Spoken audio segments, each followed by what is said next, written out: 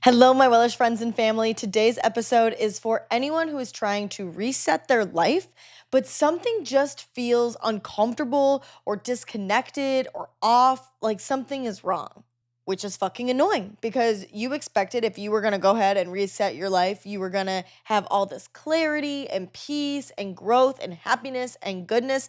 And for whatever the fuck, that's not happening. You feel like you're doing something wrong. Like you feel weird in your own life and like people are misunderstanding you and like you're alone and like you are the odd man out and it makes you feel like you're screwing up. Your old life didn't feel good and that's why you wanted to reset in the first place, but now this life doesn't feel good either. So obviously you're the problem. You can't figure it out. You don't know how to fix it and you need some clarity. You need to know what to do.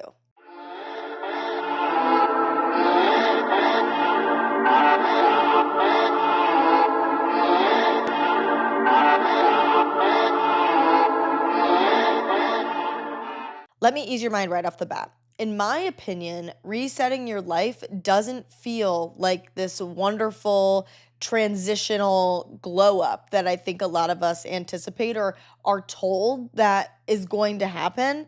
Instead, it feels like you're drowning, like you're losing your grip before you can actually get your footing and feel like you are building a life that feels good and like you feel proud of yourself. If anything in this episode resonates with you, please make sure to rate and review the show. It really does help get episodes out to more like minded listeners like you and I.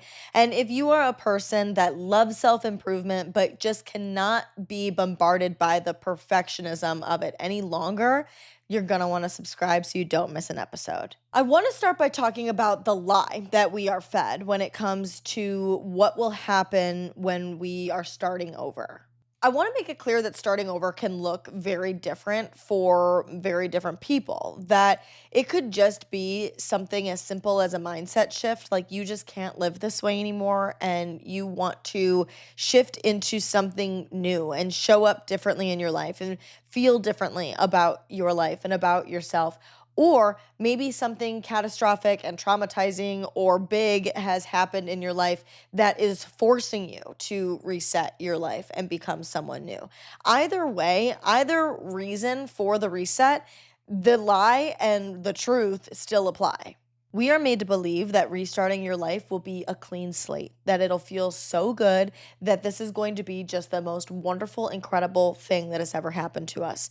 And it will, but only in time. But right off the bat, we're made to believe that if we incorporate new habits or start thinking about life or moving through life differently, that we're going to instantly feel aligned and everything is going to fall into place. And I think a lot of the messaging around resetting your life is aesthetic and peaceful and motivational and like you can do it and it's going to be so great and you're going to be so glad you did it and it's just you're going to do these things and then your life is going to feel wonderful and then you do the things and your life doesn't feel wonderful and you're uncomfortable and disconnected and feel weird and like things are off and you don't know what you do wrong. It's misleading.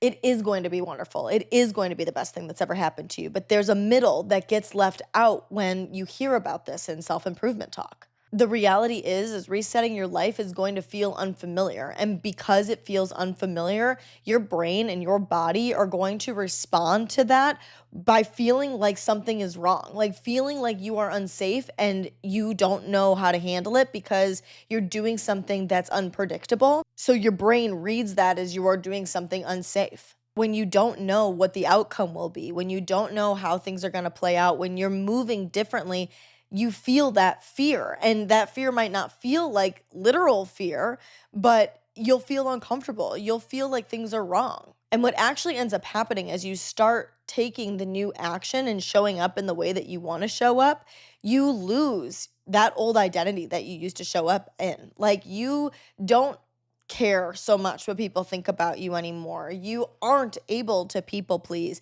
You are no longer self abandoning.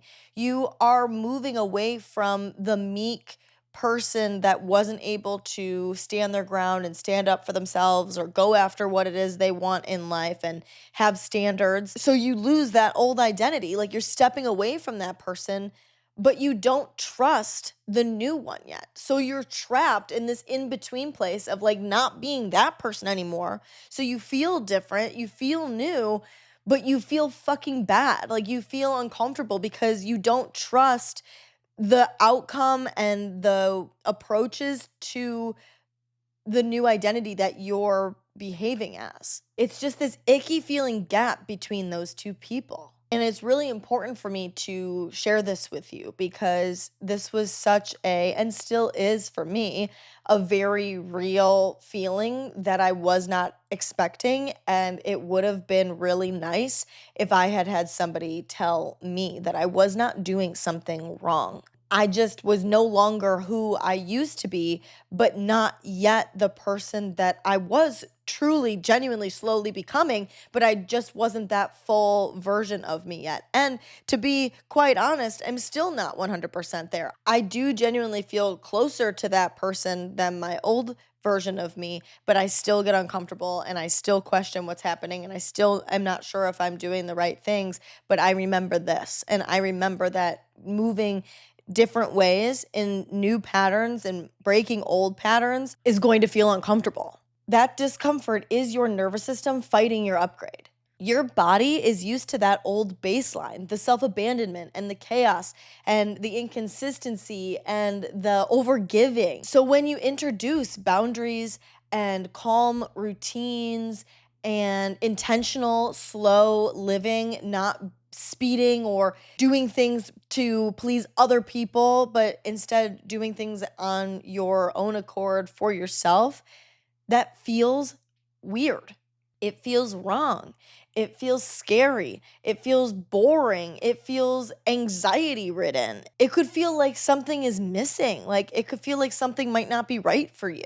This is something I always heard, but I just never truly believed or understood it because you would think that you would be able to recognize peace and happiness and be grateful that it's there. So you would be able to be accepting of those feelings. But if all you know is chaos and intensity and love bombing and craziness, that peace and ease is going to feel like something is off. It's going to feel boring. It's going to feel like it's not meant to be. It's going to feel like something is wrong. Or if you're used to self abandoning or you're used to people pleasing, when you set a boundary, when you show up in a way that honors you instead of what would be best for the other people or what would be best to make other people like you or perceive you a certain way, it's going to be a little bit miserable when people don't like you or when people don't like what you're doing or when people might think you made a bad choice or that you are a bad person or that you're the villain in their story. That's not what you're used to. You're used to doing everything in order to appease others and not to appease you. So it's gonna feel fucking gross and weird and scary and uncomfortable and anxious and upsetting when people don't like you or don't like what you're doing because that's never how you've operated before. Your body is not craving, though, what is right for you or what's good for you. It is trying to get you to do what's familiar because it is your caveman brain working hard to survive because it is predictable. But you are okay. You are safe and you don't need to do what's familiar in order to feel good again. You just need to continue to show up in the ways that honor and serve you, in the ways that are most in alignment with the person you want to be, not necessarily who you are right now, and trust that eventually your nervous system will learn that that can be safe too. But you won't ever teach your nervous system that if you don't expose it to it. You're going to be misunderstood, and that is part of it. Because when you stop people pleasing, people feel that shift and they might not like it. You might not serve them anymore. Maybe they only benefited from you when you showed up that way. And if you're not going to be the yes man, and if you're not going to do what they need in order to fit into their life, then maybe you guys don't fit into each other's lives anymore. Or when you change your way of living, you might not fit into each other's narrative anymore. Like if your friends are going out all of the time and that's the way that you connect with them is by drinking and partying, but that's just not for you anymore and you don't want to do that anymore, you are going to be misunderstood because you don't fit the same dynamics anymore. And that is going to be uncomfortable. It's uncomfortable to start telling people no because they're not going to like it. They're going to feel like you've changed. They're going to feel like you owe it to them to do the things that you've always done. If you stop overgiving and over explaining, people are going to perceive that as you being distant or you not liking them or you being an asshole, but you're just not abandoning yourself anymore. And by choosing the peaceful, calm way of living, people could think you're boring or uninterested. And that doesn't feel good. And it definitely doesn't feel good if all you know is moving in a way to make people perceive you a certain way. But I mean, kind of good news is that your reset will only disrupt the people that benefited from your old version. But I mean, that good news only goes so far because it fucking sucks when you lose people in your life. But it's a very real side effect of a full life reset. Something I want to talk about too is that when we get on the internet and we turn to self improvement to try to reset our lives, a lot of the answers come back to what we can add into our life and what new routines we can do or what new habits we can apply to become unrecognizable. But a lifestyle reset isn't about new routines and new habits, it's about new standards across the board. And that could include new habits and new routines, but it's new standards for yourself in general. It's not necessarily like waking up at 5 a.m. and getting to the gym and making your green smoothie and meditating and doing yoga and journaling and doing all of these like perfect routine things. It's how you treat yourself daily. It's how you show up for yourself daily. It's what you tolerate from yourself, from other people, from your situations. It's paying attention to what drains your energy and how you spend your energy and what you allow into your space, into your bubble. And that could include new routines and habits, but it's not about the routines and habits. It's about the standard that you have for yourself and for your new life. And that's what causes the shift from your old self to your new self, is that your old self would be more reactive to the things that are happening in your life. And your old self is the one that's trying to pack new habits into your life and beating yourself up when you can't do all of the things that you said that you were going to do. And instead, shifting into this new identity and living more intentionally and knowing what it is that you want and knowing that it's a process to get there and not needing to do it perfectly in order to become and shift into that new person. Because it's about your standard. And one of those standards is how you talk to yourself and having your own back and no longer tolerating the self deprecation. So, like, those things are a factor, a side effect of having standards, but it's not the whole thing. It's not what's going to make you unrecognizable. It's funny because of the idea that we're supposed to like have all of these things as a part of our life, traveling and money and the right job and all of the friends and the perfect relationship and the perfect routines and all of this stuff, but it's really not about adding more into your life.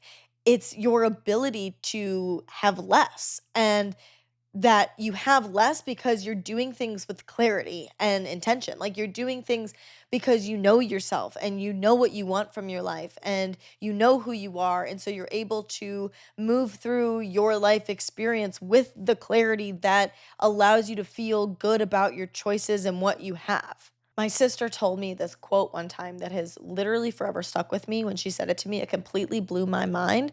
And that is that your intuition is quiet and your anxiety is loud. Like the genuine reset moves that you need to make are going to be quiet. But all of the shoulds, those are what's going to be so loud. The real reset is all of the small, consistent ways that you show up for yourself and you don't abandon yourself. And it's not in the aesthetic motivation only needed habits that you can add in. And that in between phase between both your old identity and your new identity are when most people quit because they aren't that old version anymore and they don't feel like them, but because they can't just automatically instantly transition into the new version and can't stick to the things that I said I was going to do, new version, you fall off because you get self-deprecating and shameful and guilty and you feel bad and don't understand why you're not becoming this new shiny person. And because nothing feels fully right yet, you go back to those old habits. You re-enter the old dynamics. You abandon the reset that you set out to do. But this uncomfortable feeling, like this, really, really truthfully, it's really not fun. Like, it's really not good. It really does not feel good, but that's not failure. It's not that something is wrong. It's proof that you're actually changing. Like, it's the proof that you are growing and moving closer to becoming that version of you that you want to be. But because it feels so fucking uncomfortable, I want to give you guys some pointers to stay grounded during that middle phase, during the reset. The first thing is to stop expecting it to feel good immediately, that you have to normalize the discomfort. And if you can normalize the discomfort, if you can at least be aware of that, when the discomfort comes up, and it will, and you might not, it's not gonna be like strategic. It's not gonna be like, oh, I feel discomfort. And so that means that I'm doing the right thing. No, you're gonna feel anxious. You're gonna be spiraling. You're gonna be freaking out. You're gonna be crying. You're gonna be upset. You're gonna be losing your mind a little bit. And through all of that, saying to yourself, this is uncomfortable. I can see my growth though. Like I'm uncomfortable and I'm anxious and I'm freaking out and I'm spiraling because I'm making a change, because I'm not self-abandoning anymore. And I don't know what it's like to not move in a way that I am just doing everything so that people like me. People are going to not like me, and that is part of me showing up as my most authentic self that I want to become. The second thing is anchoring into your identity, not the outcome, because then you're going to be able to be okay with whatever outcome happens as long as you are showing up in alignment with the identity that you want to be. When you can say, I'm someone who, insert whatever identity it is you want to become, you can step into that identity and feel grounded in knowing that you're showing up in alignment with that identity and move away from the idea that you need to do things differently. And did I do that right? Did I screw this up? Did I do the wrong thing? Am I worried about this? I got to add this. I got to take this away. I've got to move differently. It's not like this needs to work. It's I'm this person. So that's how this person shows up. And now I have to be cool with that. The third way to stay grounded is to build repeatable, not perfect routines. You cannot expect yourself to do it perfectly every single time, every single day for the rest of your life until the day you die. But if you are shifting into this new identity and as you are showing up, taking action in alignment with that identity, you have to pay attention to the things that work for you and the things that don't, and allow yourself to mold the identity into what works best for you. And that isn't going to look like doing the same exact thing every single day. It's not going to look like intensity. It's going to look like doing the thing that you said you were going to do, but maybe doing that thing in a different way than you anticipated, or doing it differently than your favorite influencer told you to, or doing it different than the author of the book that you just read told you to do.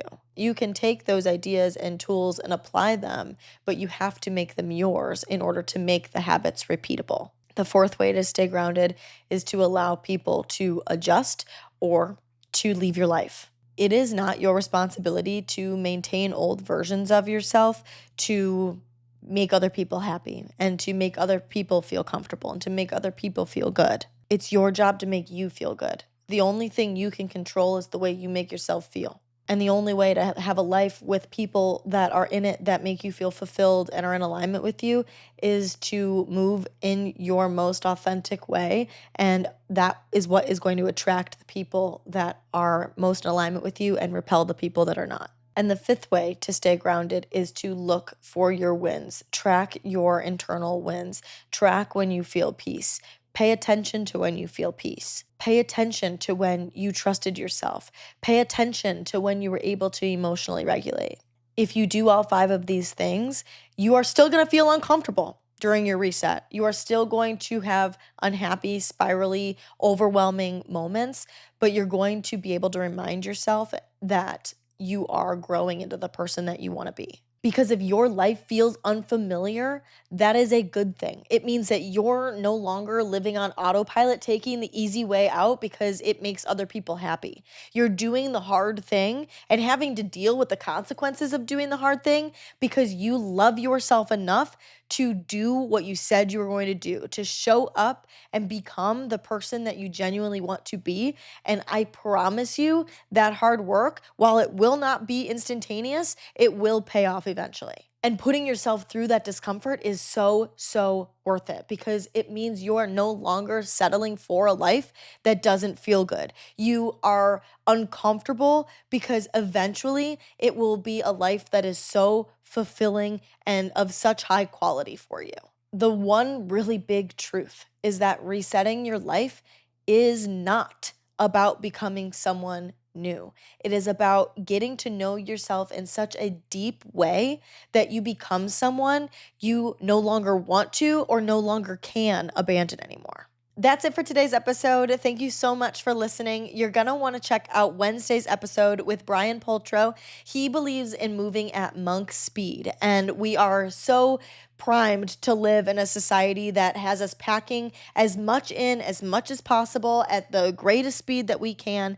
And he talks about what it does for our life, for our relationships, and for the way that we view ourselves to start to move a little bit slower. It was a great conversation that you're not going to want to miss. Thank you so much for being here. I love you endlessly. Don't be too hard on yourself, and I will talk to you on Wednesday. Bye.